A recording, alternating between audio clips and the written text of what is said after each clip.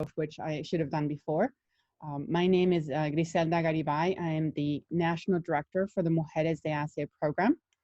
And I'm excited to, be coming up in conjunction with ACE team and collaborators, again, with really powerful content that can really live up to the mission of ACE, which is to empower Latino professionals at every step of their development. So let's get started. So the agenda for today, we have a packed session. We'll be talking about statistics, and really coming to terms with the fact that it's really not you. It's not you or me, it's simply business at the end of the day. But after that happens, how do we shift our mindset? Now what? What do we actually need to do? We have an insight to executive thinking, which I think is going to be really critical. So not only from the perspective of, there's a colleague of mine that was laid off recently, but what are the people that are making the decisions and who to retain and who to attract? What are they thinking? And then if you hopefully have not been impacted by, COVID-19, what are the steps that you can take to bulletproof your current job to make sure that you have the most balanced and sustained income as possible? And of course, we are gearing this webinar to mid-level professionals such as yourself. So how do we start planning, for the next opportunity, regardless of your current situation? And very important, how to guard your finances, right? At the end of the day, it is about money and how do we pay for the things that we have to pay to keep us going into the next opportunity, comes to us, or we find that. And something that is key in any situation, but definitely in the one that we're living now, is resilience. How do we get the mindset to see the opportunities and not just the struggles? And as mentioned, we will open up for questions so that we can tailor our content specifically to your needs. So, Julian, do we have any, I'm not able to see if we have any comments in the chat box. Is there anything else before I proceed? No comments or chats yet. Wonderful. So I know that we have two polls. So I hear an echo. Do you have the presentation slides going? I do. Okay. Yeah, I'm not sure we I can don't see them. Oh, right I'm so now. sorry. I'm so sorry. I'm sharing the screen. Let me see. Apologies for that. So let me recap. So just to recap, so title, just some rules of engagement in case someone missed that, and the agenda. Okay, awesome. All right. So would you mind putting the poll, Julian, the first one, before we introduce our panelists? No problem. And it has been launched. Oh, wonderful. So please let us know how you, what is your current employment status? And how many? We have almost 50 participants. This is great. We have almost 50% of the people that registered. Okay, so, well, I'm glad to see that the majority is definitely still employed full-time. Of course, some have definitely experienced, the layoff or furlough. So, but good, the majority is full-time. Thank you for that. Thank you for engaging with us. The next poll, please. Oh, I guess we're sharing the results so that you can see. Awesome. And the next poll is launched. Okay. So what area is of interest to you? And this would be the bullet points that I just read off in regards to the agenda.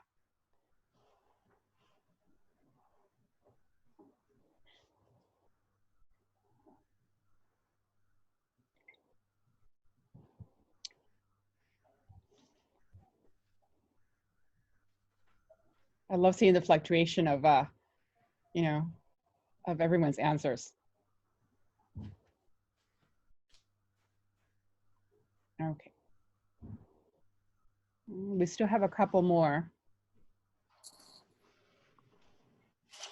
All right, so seems like we're at almost all of them. Would you mind sharing that Julian, the results? Thank you. So as you can see, we're looking at planning your next mid-level opportunity. Great. You will be armed with resources and skills to do just that.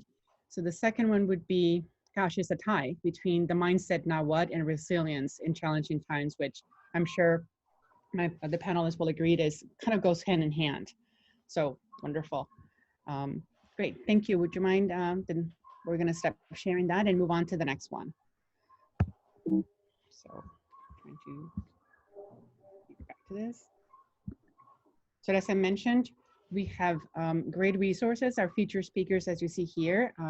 And after I mention them, if you could please say some words, and even as to what is your interest in participating in contributing your knowledge to this topic today. So Lisette Arias from Compliance and GE Aviation. And I should mention that we're putting their emails because we have such great collaborators that they are willing to connect with you after the session if you should have any additional questions, either right after or even much later after that. So feel free to leverage them as you see fit. Lisette? Hi, everyone. Thank you for having me. You know, this is one of the topics to me that is dear for me because I've actually experienced 2 layoffs and I have been through 3 reorganizations within different companies that I've been part of. So I know more than anything that when these situations happen, they basically come in the least expected of times.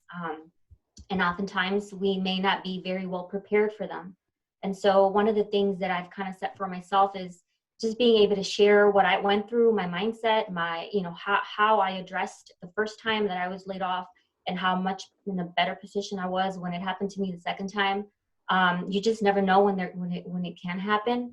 And I hope that at the end of the day, the takeaway from this presentation is that you have some more tools within your toolbox to be able to use going forward as you navigate and try and identify other areas to grow in your career. Wonderful. Thank you. And I should say that Lisette is one of our alumni from Mujeres de ACE. So thank you so much. It's really great to see how whenever we engage with someone, with a Latino professional, we continue to give back and remain engaged. So thank you for that. Valeria Mendoza, Integrated Marketing Manager from Echo Communications. I believe, well, another great alumna for us. So thank you. And if there's something that speaks particularly to you in this topic. Yes, I just wanted to say thank you so much for ASE being always a resource and a place of community for Latinos across the United States. I, as a marketer and as a PR person, always like to prepare my executives as well as mid-level executives on how to respond to these situations. It hits home personally. I was laid off actually from my dream job as a fresh out of college student. And so while I thought I was going to be in one company for the duration of my career, that opportunity did not happen. And so early on in my career, I've had to understand how to navigate these situations. And just as Lisette said, there's resources and tools that can really prepare you for these circumstances. And we're hoping to do that right now. Thank you, Valeria. I guess you really got to understand what resilience was about early on, right? Absolutely. And last but definitely not least, Jose Pinheiro, a career coach from the Cultivation Company. So definitely look him up. He, some of you may remember him. He guided another webinar for us last week. He's also been doing coaching for us. And well, you know, when you find great talent, you just keep them in your company. So here he is again. He was able to say yes without hesitation. So thank you so much, Jose. It's my pleasure to be here. First of all, I'm super excited that we have more than 60 attendants or participants in this call. What's happening is really unprecedented, and nobody could have predicted this in the way it has unfolded. In my day job, what I do is I help people, specifically professionals, figure out how to optimize their career and build a career they love. So I think we're in this all together, and I'm super happy that we're having this dialogue, because I truly believe that even though the pandemic has brought in a lot of challenges, it has also created great opportunities. And for those of you who want to think about your long-term career, For those of you that have been thinking about what do you want to do long term, this may be the perfect time to pivot. This may be the perfect time to, build your transferable skills, figure out what you want to do, and get going on that journey to your next job or your next career. So very, very thrilled, and I'm super happy to be here with ASE. And thank you so much, Griselda, for doing a magnificent job organizing this. My pleasure. When you have great collaborators, the rest is easy.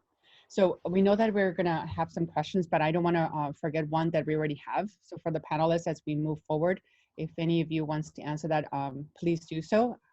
So the question we have here is, you're very much welcome, Evelyn. My industry is impacted by the COVID-19 pandemic. How do I obtain new transferable skills into a recession-proof industry? So that was the golden question, isn't it? So keep that in mind. I'm gonna just put it out there, but let me continue with the next slide, and I'm sure one of our panelists will address that beautifully. Yeah. So some statistics, and I only wanted to create two things. That the one is a larger, the outside, everyone in the world at this point, specifically here for the U.S.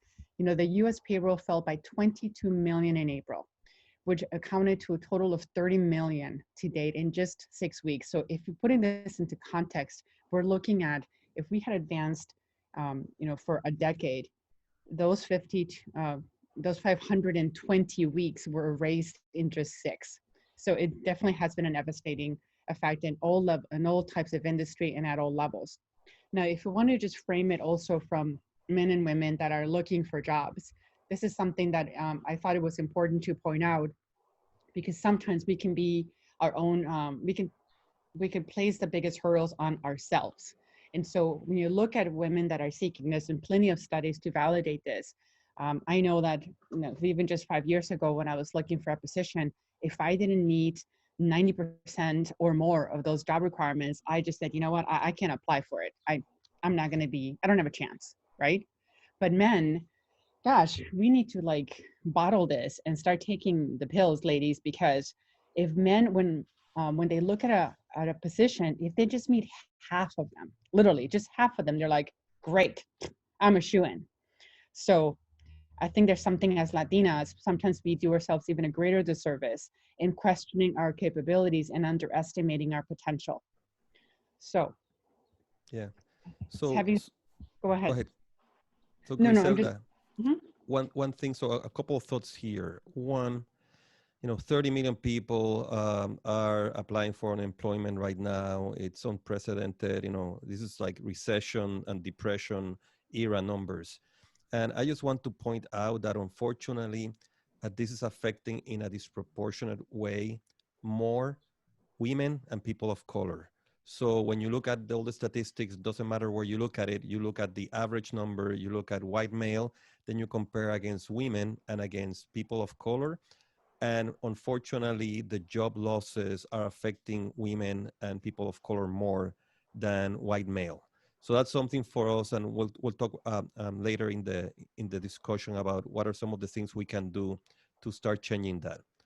And then I want to ask, Lisette and Valeria, why do you think that women only apply when they are pretty sure that they meet all the requirements?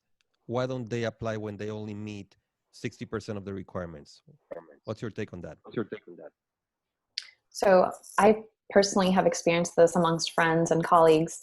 When they're looking to transition in opportunities, they put self-limitations on themselves and say, I need to be specifically meeting these requirements or else I don't feel capable enough to execute and perform. And so there's this mindset of perfectionist and perfectionism, when in fact, as most of us have experienced, once we enter the actual position we apply for, the job may be completely different. Sometimes the changing nature of a business's needs require you to change your skill or adapt to the circumstances. And so I do strongly advise women to recognize those self-limiting ideas, but then just go for it. You've got more to gain than you've got to lose. Right. And, in addition to that, one of the things that I often see is that it's a mindset that you have, that throughout your entire career you've had to work maybe double of what a male may have had to work. So you kind of have that mentality that is keeping you behind, and so it kind of prevents you from applying for jobs that you at that point you're only thinking it's 90% of your job requirements. But at the end of the day, we learn so much from just taking on projects that we've never done before. And so from my perspective, whenever I think about applying for a job, in the past, when I look at job applications, I myself am guilty of having thought of that very early on into my career. But I think as such things as layoffs for me have really made me realize the capabilities that I have, and it's really helped me with my self-esteem in terms of what I can and cannot bring to the table. And so I think that as you grow in your career, this percentage changes. I really truly believe that. And so right now, what I want to just tell you is that if you're early into your career, you're going to learn that apply for those jobs, because at the end of the day, we need somebody that has the ganas, we call it. You want to learn. I'd rather hire somebody that wants to learn than somebody that just kind of doesn't want to learn anymore, because you're going to bring more to the table. Yeah, in a lot of the coaching work that I do with women and people of color, which is my specialty, I work with people to help them understand that even if they are not sure that they can do it, they should say yes, and they should apply. Let the other persons tell you no. Don't. I think that sometimes we are very humble and we're self-critical, and our culture tells us to kind of like be very respectful, and those things work against us. So my suggestion is, in case of doubt, apply to the job. In case of doubt, take the job. If you can learn on the go, and you will be surprised that you may have skills that may make you very successful at it. So my suggestion and advice is, don't tell yourself no. Let other people tell you no, and then you work around it. But yeah, and women and people of color, we do this all the time. We are shy about it. We are afraid of rejection, and we have to switch that around. If you think that you meet most of the requirements or half of the requirements, apply to the job, and don't be shy. Well, one last thing I would add, and thank you for your comments. I wish I had heard you like 20 years ago, because that would have saved me a lot of stress for sure. And I would be making a heck of a lot more money. But one thing that I've come to realize is that if you meet 90% of the requirements, it means that your growth in that position is going to be limited. Yeah. So you're going to be bored within 6 months of doing the job. So why not go for like 40, 30, even 50% growth? So very well. We're getting quite a few questions. So let me move on to the next slide. So this is where Jose comes in, this insight to executive thinking. And let me just remind the panelists of the previous questions.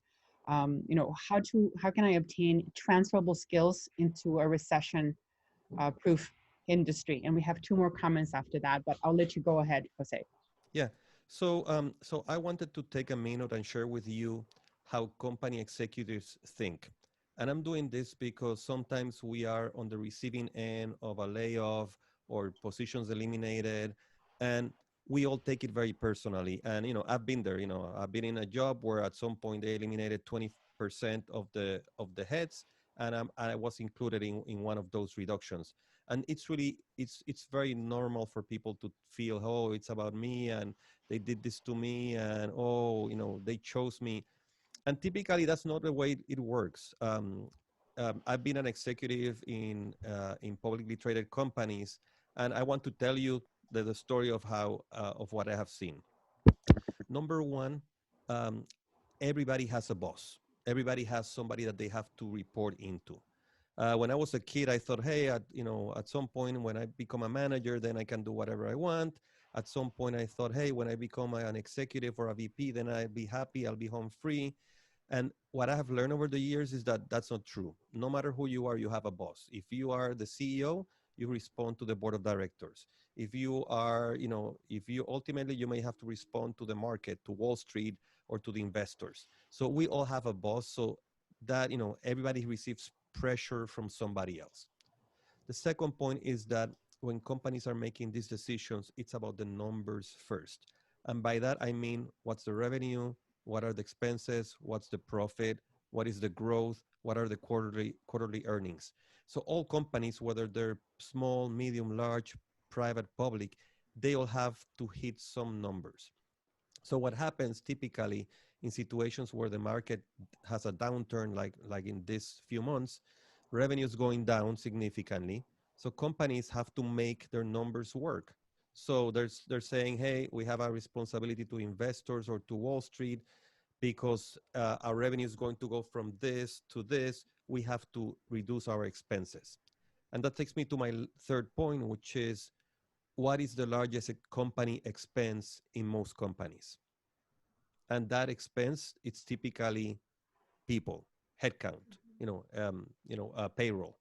So that's why ultimately when companies say, hey, we're going to, our revenue, our sales are going to go down by 50%, they need to make adjustments on the expenses side, and they have to cut something so that they can either remain profitable or reduce the number of the losses to a point that they can manage until the economy gets back on its track. So that's why typically one of the first things that happens is that there's a reduction in headcount, there's a layoff, etc. So once that gets decided, typically companies, what they do is they run their numbers, they run financial modeling. At some point they say, well, we need to cut X number of millions of dollars in payroll. And then the accountants and the finance people, they translate that into, well, that means that we have to, eliminate X number of heads. And then there's an exercise where typically the company goes through, okay, what are the less essential roles in the company, and they eliminate that. Some companies also may decide, hey, who are the high performers, who are the low performers, and also eliminate some of those positions. But what I wanted to do with this is help you see the other side of the coin, how executives and company leaders think about this. And frankly, it's not personal. It's not about, oh, they chose Jose and they took him out. No, it's we need to, we need the numbers to work. We need to cut a number of, HR expenses, specifically payroll, and then we're going to go through the exercise of eliminating X number of positions so that we can reduce the payroll expense to a number that's manageable. So what I want to share with you is that this is not specifically about you. And I'm saying this because when we are in their position, it's really hard for us to not feel, wow, pointed out, selected, they did this to me. I'm the one who was the loser in this situation. So it's not. So I hope that this helps, people see a different perspective. In a later part, I'll cover some of the things that you can do to increase your chances of not being laid off. But I wanted to share the executive thinking perspective here. Thanks. Thank you. Thank you, Jose. So let me see. So our next one is, so basically the questions that were being asked on the chat box, how to bulletproof your job.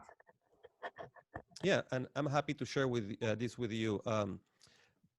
A lot of when we coach people, specifically when the pandemic started and people had to start working from home, that changed the game for a lot of people. So we went through this exercise with our team and our coachees. And here's what we tell them. Number one, make sure that you're super aligned on goals and metrics with your boss. Make sure that you ask your boss, hey, am I working on the right goals? Are we sure that these are still the goals we're aiming for? And then also get alignment and clarity on what are the success metrics. Because the worst thing that can happen to somebody is to kill himself or herself, work super hard on something, and then have your boss or your boss's boss come and say, well, actually what we care about, it's about, reducing the number of cases per month. And you were working on some other metric. So make sure that you have clarity with your boss and on the goals and the metrics. The second thing is over communicate. And this is hard for Latinos. Like we tend to be very respectful. We like to be, silent in meetings as a sign of respect. We're good listeners.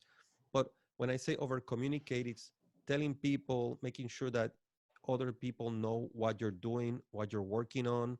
Make sure that your boss, before your boss would see you in the office and he or she or they may see what you are doing.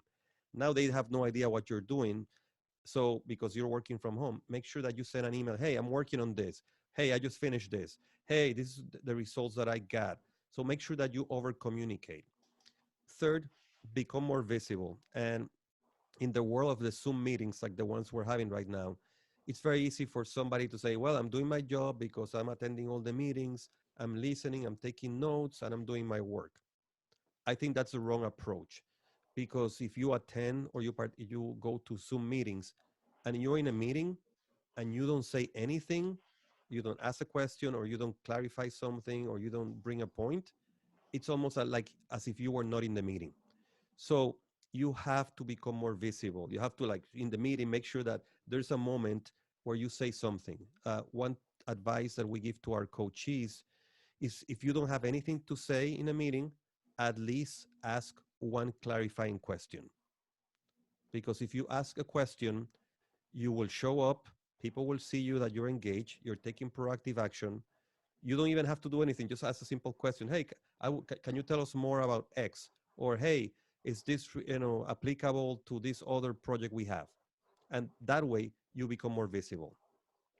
Next, make sure that you're delivering tangible results. By that, it's every week you should be able to tell your boss, here's how I am helping the company, here's what I did.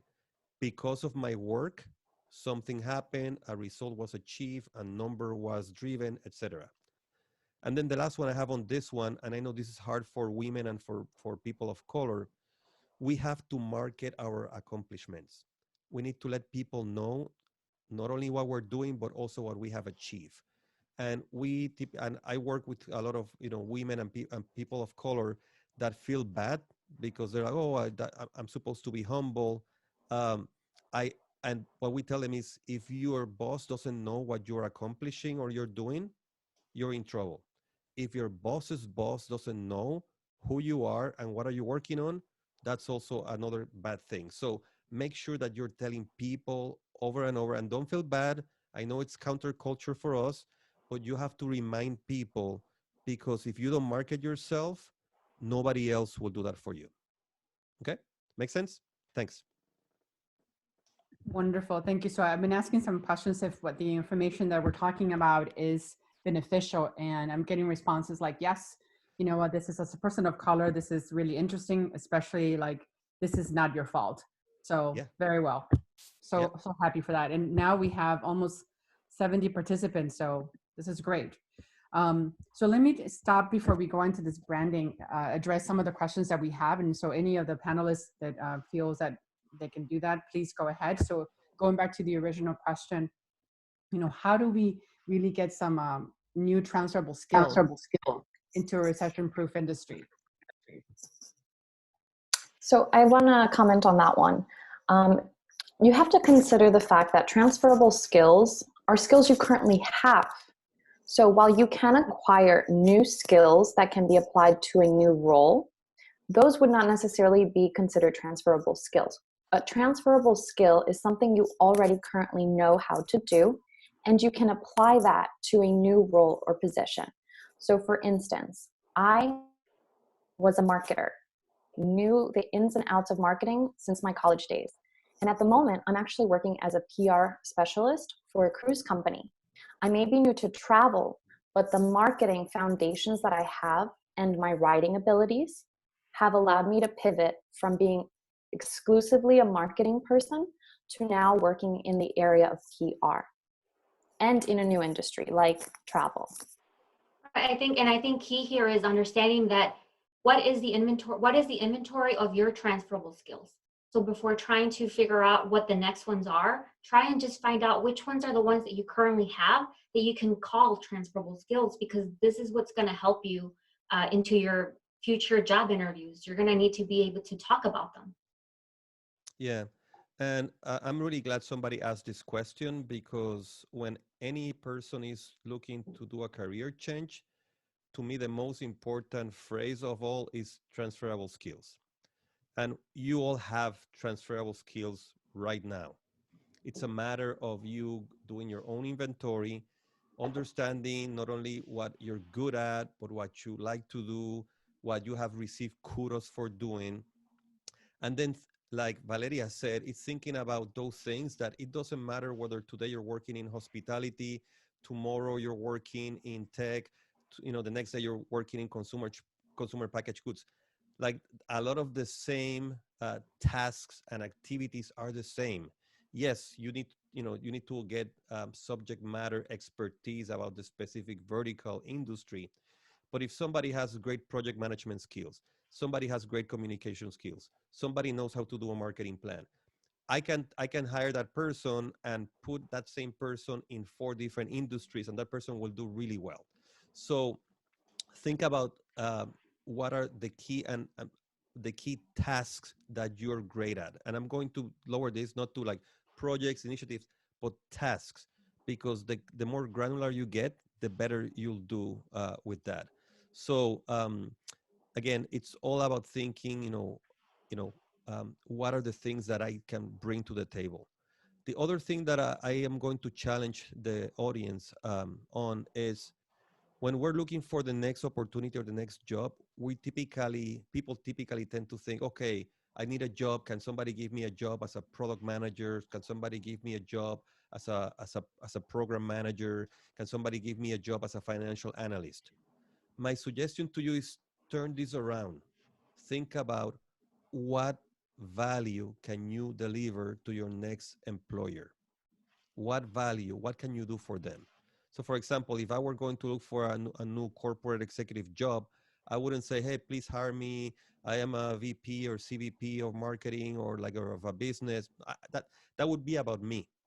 Instead, if I reach out to companies, what I would say, hey, do you have a division that it's declining in revenue or profit? Do you have a problem in your company? One of your businesses is failing? I'll come in and I'll turn that business around for you. I have done this over and over again. I'm a turnaround expert. And you give me a year and I'll turn that business around. Can you see the difference? One, it's about what I need, what I want. The other one, it's about what you can do for somebody. So think about that as you think, and I know Valeria will cover some of the communication skills and the different areas, but even as you think about your resume and your LinkedIn profile, right there, say exactly what you can do for somebody. And that makes you more attractive. And it's not about what you need, it's about what you can do for them. Thank you, Jose. We really need to shift our point of view, our expectation, and that's definitely going to start with branding, which is very opportune. We had a comment before I pass it out to you, Valeria. Comment from PJ Mendez says it's pretty much rebranding your current experience and customizing to the new role that you're applying for. So I think that's a great segue as we explored, planning your next opportunity. That is definitely true. It definitely echoes the sentiment of the importance of taking inventory into what areas of expertise you have, what experience you've lived through, and really compiling that into a value proposition. So as Jose has mentioned, it really should not be about what you need from the business, but rather what you can do for the business. That is truly your value proposition. So here is a description of what personal branding is as defined by the industry. But the key takeaway really is that personal branding is a value proposition that you can bring to a business. It's not just about how you communicate about yourself. It's not what you say. It's not just what you say, but how you say it as well. And so I like here what Jeff Bezos has said, but I think to make it a bit more Latin focused, I would say it's the chisme after you leave the room, what people have to say about you. And so I just want to highlight a few key points about personal branding and really why it's important. Nowadays, 93% of recruiters, customers, and founders will conduct an online search about who you are before proceeding into any business transaction, whether whether they are looking to hire you as a full-time person, as a contractor, or whether they're just going to engage in any type of business with you. Keep that in mind as you share on social media, very public moments of your life. But also, this is an opportunity for you to really take the microphone and really carry your message through. And so we're going to dive into the details of how to do that specifically on LinkedIn. But I wanted to give time to anybody who has questions in regards to how personal branding can be used, or if they have a bit of confusion between personal branding and marketing. Sometimes that comes up. So one, Valeria, I am so going to take that quote and put it into the Mujeres de Asia participant guide, is a chisme after you leave the room. So I may need to trademark that if you haven't yet, just so you know. Sure. So we have a question. What is a good strategy to getting applications seen if you don't have an inside contact? It seems that even if you meet all the requirements for a competitor role and you make your resume ATS compliant, the only way to get an interview is having someone write to HR and then pick that from out of the pile. So I will definitely address that question. Just reviewed this slide. So hold on tight for that response. Jumping into specifically the strategy of your personal branding and the way you can improve your messaging are these 4 different areas. And one of the things I want to highlight is the fact that I went into communications because I was tired of hearing how poorly, statistics of Hispanics and Latinos was represented across the media. It hurt growing up as a young person to think, wow, this is the branding that our community has. And I've always wanted to change that message because we are really strong and resilient people. And so I want you all to take the microphone and look at the areas that you can work on. So for example, you have an area where you can own the conversation on your personal blog, a website portfolio, a landing page, even an out-of-office message. An automatic out-of-office message can say about you. So one out-of-office messages I saw was from a product manager who talked about, and I will read this, I worked hard for you all year so that we could successfully complete our projects in a 30% faster rate than we did in 2019. As I sit on the shores of Maui sipping Mai Tais, I want to make sure you have access to all the files you need. Please contact Michelle for any additional assistance. See you after my vacation.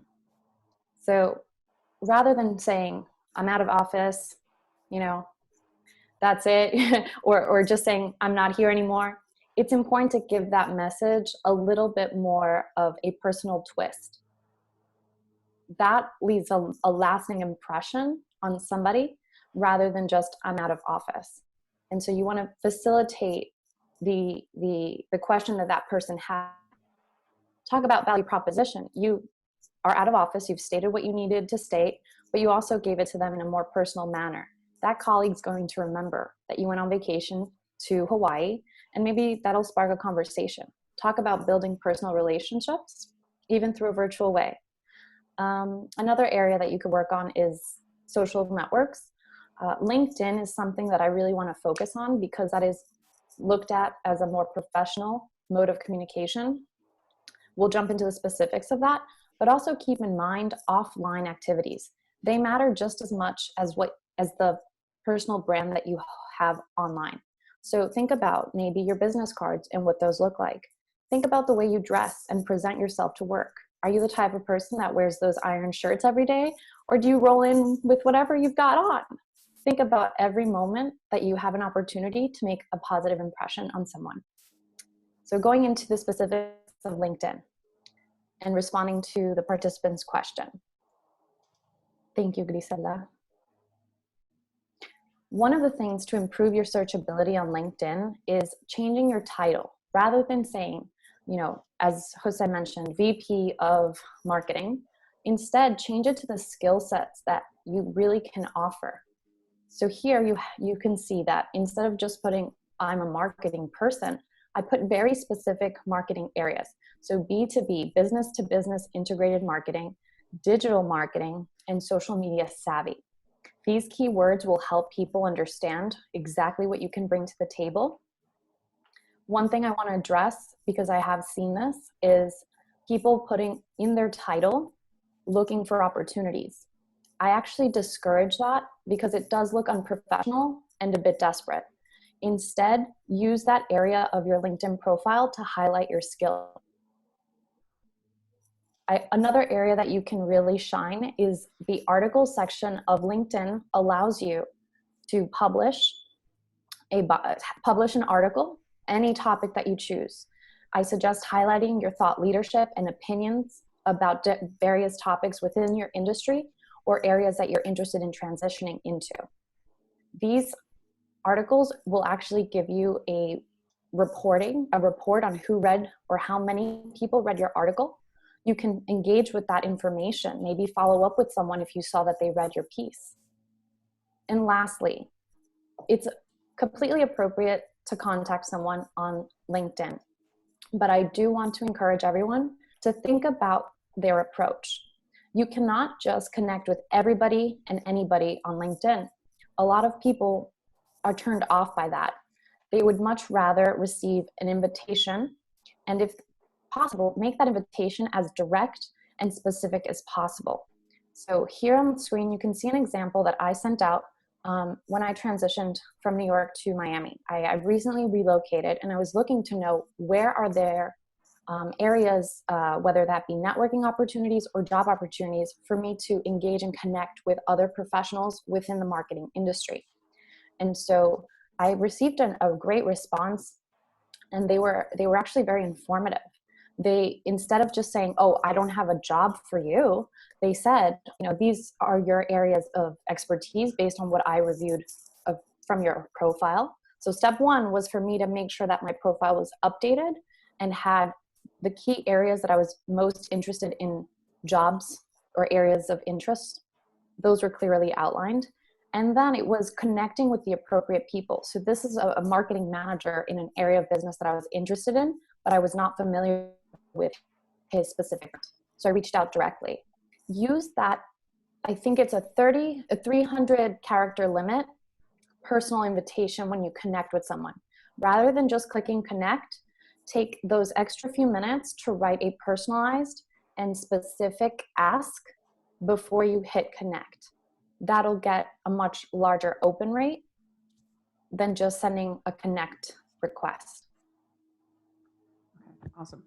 So thank you for that, Valeria. So we have 16 minutes. I love the engagement here.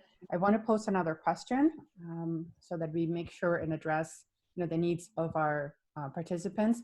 So I've heard often that employers prefer passive versus active candidates because they want to mitigate risk, etc. What are your suggestions on how to best position yourself as an active candidate in this employment market, especially as you mentioned that it could be considered in poor taste, to write that out there, looking for opportunities? So thankfully, LinkedIn is really built for you to engage with recruiters as well as hiring managers. So if you were to go into the settings of LinkedIn, there's a section that you can turn on the back end that will allow recruiters to know that you're looking for opportunities as well as hiring managers. So from the user's end, it's just done on the back end. But from the hiring manager side, they receive notifications and updates of your profile. So that's a more discreet way to show that you are looking for opportunities and are open to specific industries. It's a really great area for you to explore, maybe as a homework after this webinar.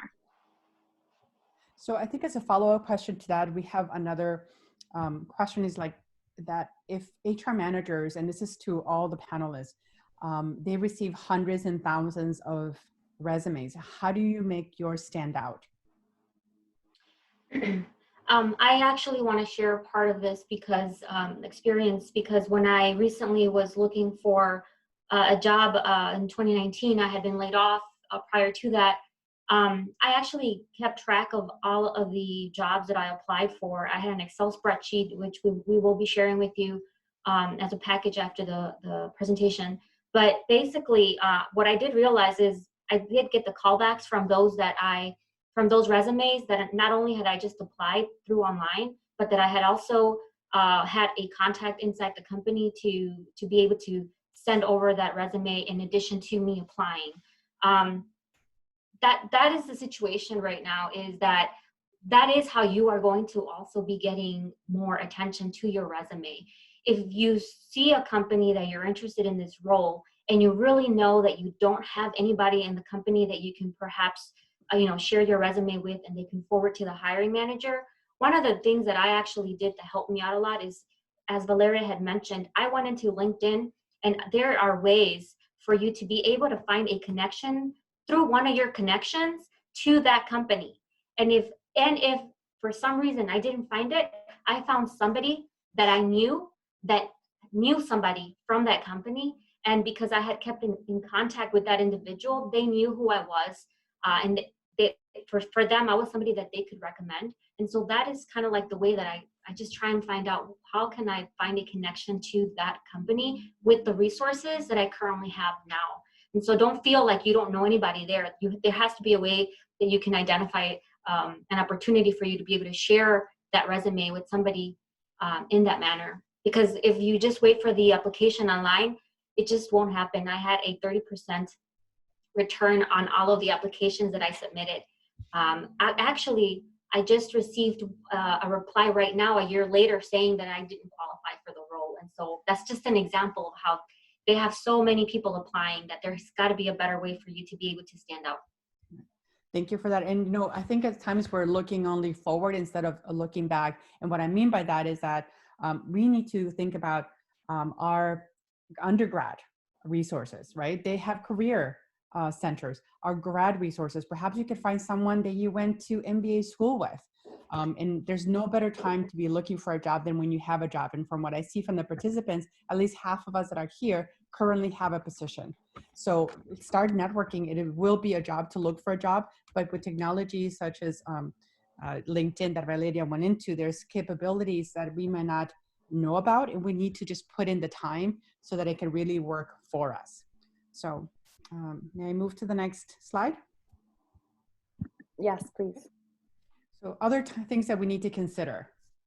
So I think you started talking about this. Yeah, so I wanted to just give you as many pointers as I possibly can, just based on what I had just gone through. Is just treat your job search like a full-time job. I would wake up in the morning and I would close down my computer at 5. It was basically tracking my applications, making sure that I sent out the right thank you notes, the dates. If I had an interview date, I'd note that in the Excel sheet that I had. And then oftentimes as a mid-career individual, you will see that exploratory conversations will be the thing to do. What does that mean? It basically means that the role at that company, somebody identified you as somebody with the skill sets that they need at the company, but they're not exactly sure what role you fit in. And so you're going to have, different executives calling at you and saying, can you tell me a little bit more about yourself? Where do you want to see your career go? They just kind of want to get an idea of what skill sets you have. That's your opportunity to be able to present your value proposition, and then they're going to be able to take that away and say, I do have somebody right now that I've been talking to, and that person would be perfect for this role. And that's actually how roles get created within entities.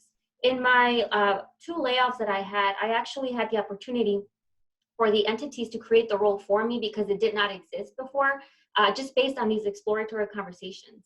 And you will have times where you are not hopeful because you've had so many calls, nobody's calling you back. But I can tell you that oftentimes these exploratory conversations will come back to you, and people will remember who you are because you left an impression with them. The second thing is webinars. You want to make sure that you enhance your skill sets. One of the things as a mid-career person is that you want to do, especially as a woman, let me tell you, you need to be able to freshen up on your salary negotiation. One thing I learned is that most women do not go back and negotiate on their salary. And oftentimes, and I've heard percentages such as more than 90%. That is basically an area that we all could use a little bit of help with when it comes to negotiation. Something else that actually was very helpful for me is I was laid off and I was looking for a job for 9 months. I had particular restrictions because I couldn't travel as much anymore. But in that time period, there's an opportunity for you to volunteer. There's a lot of not-for-profits that currently are suffering through all of the situation, and they are more than willing to provide you an avenue for you to continue working on your skill sets by helping them on projects. Those projects could essentially be part of your resume in the future, and it could be adding something that is another transferable skill set that you're learning. And the last one is more, to me, it's kind of important, but it's less is more. One of the things that I realized as I was kind of going through my layoff period, I started decluttering my home. And you may think that that's not a really, that's not a big thing, but it's one of those things that you always kind of put off. And one of the things that I realized is the moment I decluttered my home, I started feeling like my mindset was much clearer. And at the end of the day, you just never know how much more clarity you have and more room you're leaving for what the future lies ahead. Thank you for that. And so just a couple of things that came to mind as you were speaking. When you get out of yourself and give to someone else, you might be surprised what really comes back. There's such a great thing as really good karma. Another thing, I was listening to a podcast talking about being laid off. And as you mentioned, we said, we don't have to be energized every single day that we're looking for a job. We need to allow ourselves some grace and some compassion that, maybe on Wednesday, as you noticed for the last 4 weeks, that's the day that you really seem to feel down and you start to question yourself, because everybody does. It's okay. I would be more worried if you were eternally optimistic, because then you're just not living in reality, right? And a third thing I wanted to mention is, there's a lot of entities out there that are offering you free courses. So for example, Harvard is offering you free courses online. So if you ever wanted to refine a specific skill, wouldn't it be, this is the perfect opportunity to do so. And wouldn't it be just an added bonus that you can name that you took it through Harvard? So please explore free online learning. You have the time, and we can always make more time for something that might pay off in the future. So regarding your finances, important topic. Yeah, I'm going to try and kind of get through this, so I allow a little bit of time here. So just an FYI, but in addition to, after the session is over, there will be a handout for you that will kind of cover through all of these areas. So you'll see me just cut through some of them just to make sure that we're in time here. But I've provided you with resources and basically more information on these areas. At the end of the day, one of the things that happens when you get laid off is you feel like things are completely out of control. Everything is out of control. You don't know what's going on. And one of the last things that you think about besides, behind it, you're talking about your family, you're talking about the bills you have, you realize that your income has just gone down to zero, right? And so the first things that you want to understand is, what can I have control of? And I just want to make sure to tell you that for me, guarding your finances is being on prevention mode. It's being just realizing that this is an area that can be controlled somewhat. It can give you back a little bit of that control that you feel you've lost. So one of the things that I did when I first got laid off is I did something that I've never done, which is create a budget. This was I was early in my career. So it's the math, right? Your income, your expenses, and how much do we have for any leftover for savings.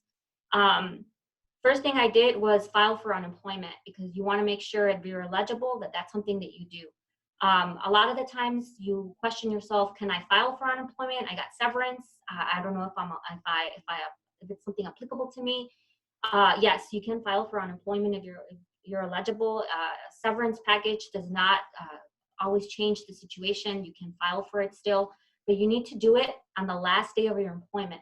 So when you have your layoff letter, which you should get a layoff letter, a lot of people ask, when can I start filing for unemployment?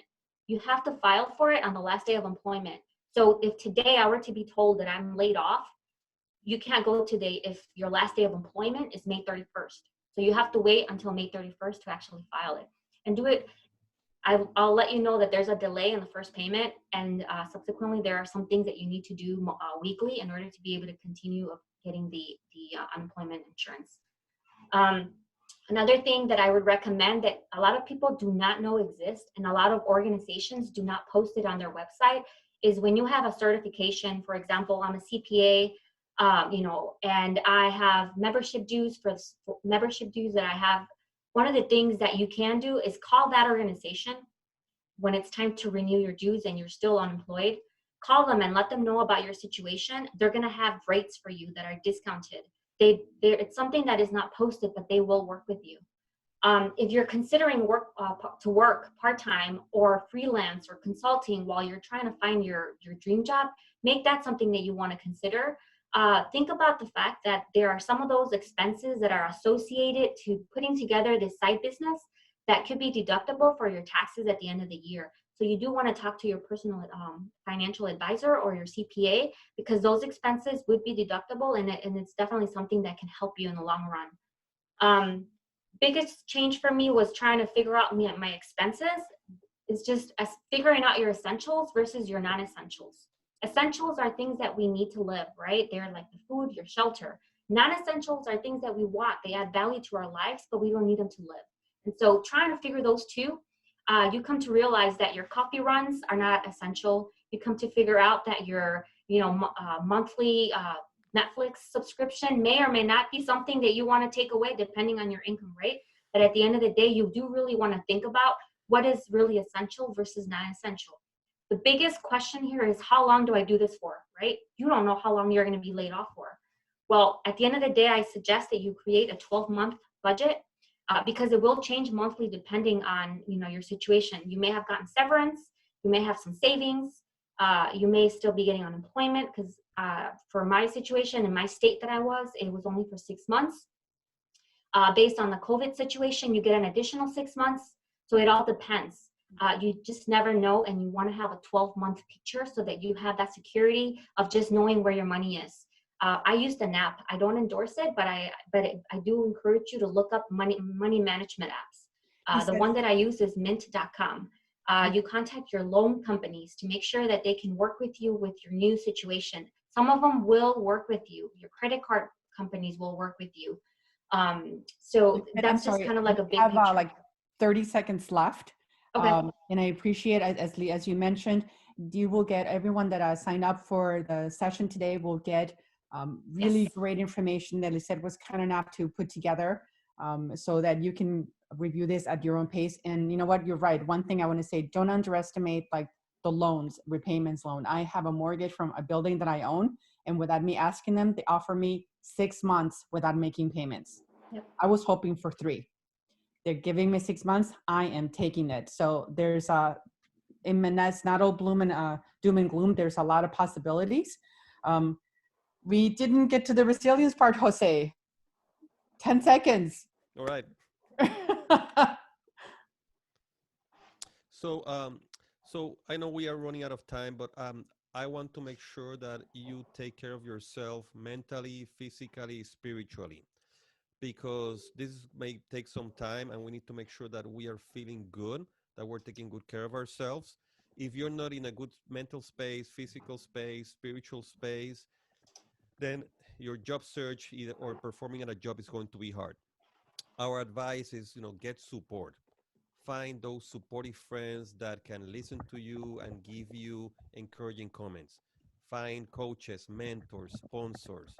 Join groups. Partner with other people who are either in the same situation or also looking for jobs. And we encourage you to take action. Develop a positive mindset.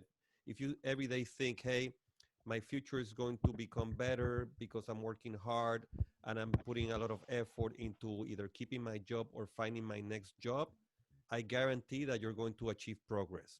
Take good care of yourself, exercise, watch your nutrition, supplements, spiritual practice. For some people, it's about, getting to mindfulness via meditation or something else. Find also nurturing social interactions. This is the time to stop seeing the people who are naysayers who challenge you or put you down.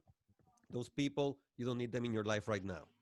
Join, and do support each other as you do your job search. And last but not least, think about what is the one action, one little thing that you can do every day, even if it's something tiny, like a baby step, but every day try to do something, one thing that gets you closer to your goal. Because if you take that little step and that little action, you get results and you feel better. And then every day you can continue getting more and more progress. So it's about feeling good, feeling hopeful, and if you do all these things, we think that you'll be in a better place to either keep the job you have or to find your next career opportunity. So with that, I want to thank everybody who was here, Lisette, Valeria, Griselda, thank you so much. Because we ran out of time, I also want to urge all of you, please send emails directly to us, to Lisette, Valeria, or to myself. My email address is jose@thecultivationcompany.com, and we'll be super happy to continue the dialogue and to help you, navigate these challenging times. So with that, I just want to say thank you and remind you to be hopeful and to remind you to continue moving forward, because success goes to those that take action and that continue to work hard. Thank you. Definitely. Thank you, Jose. Thank you, Lisette and Valeria. Thank you, everyone, for joining us. Please feel free to leverage any and every other service, free service that ASE offers. We have this weekly seminar series. We have a virtual career fair coming up on May 27th. Please reach out to us. We're here to empower and support each other. Have a great afternoon. Thank you, everyone. Thank you, everybody.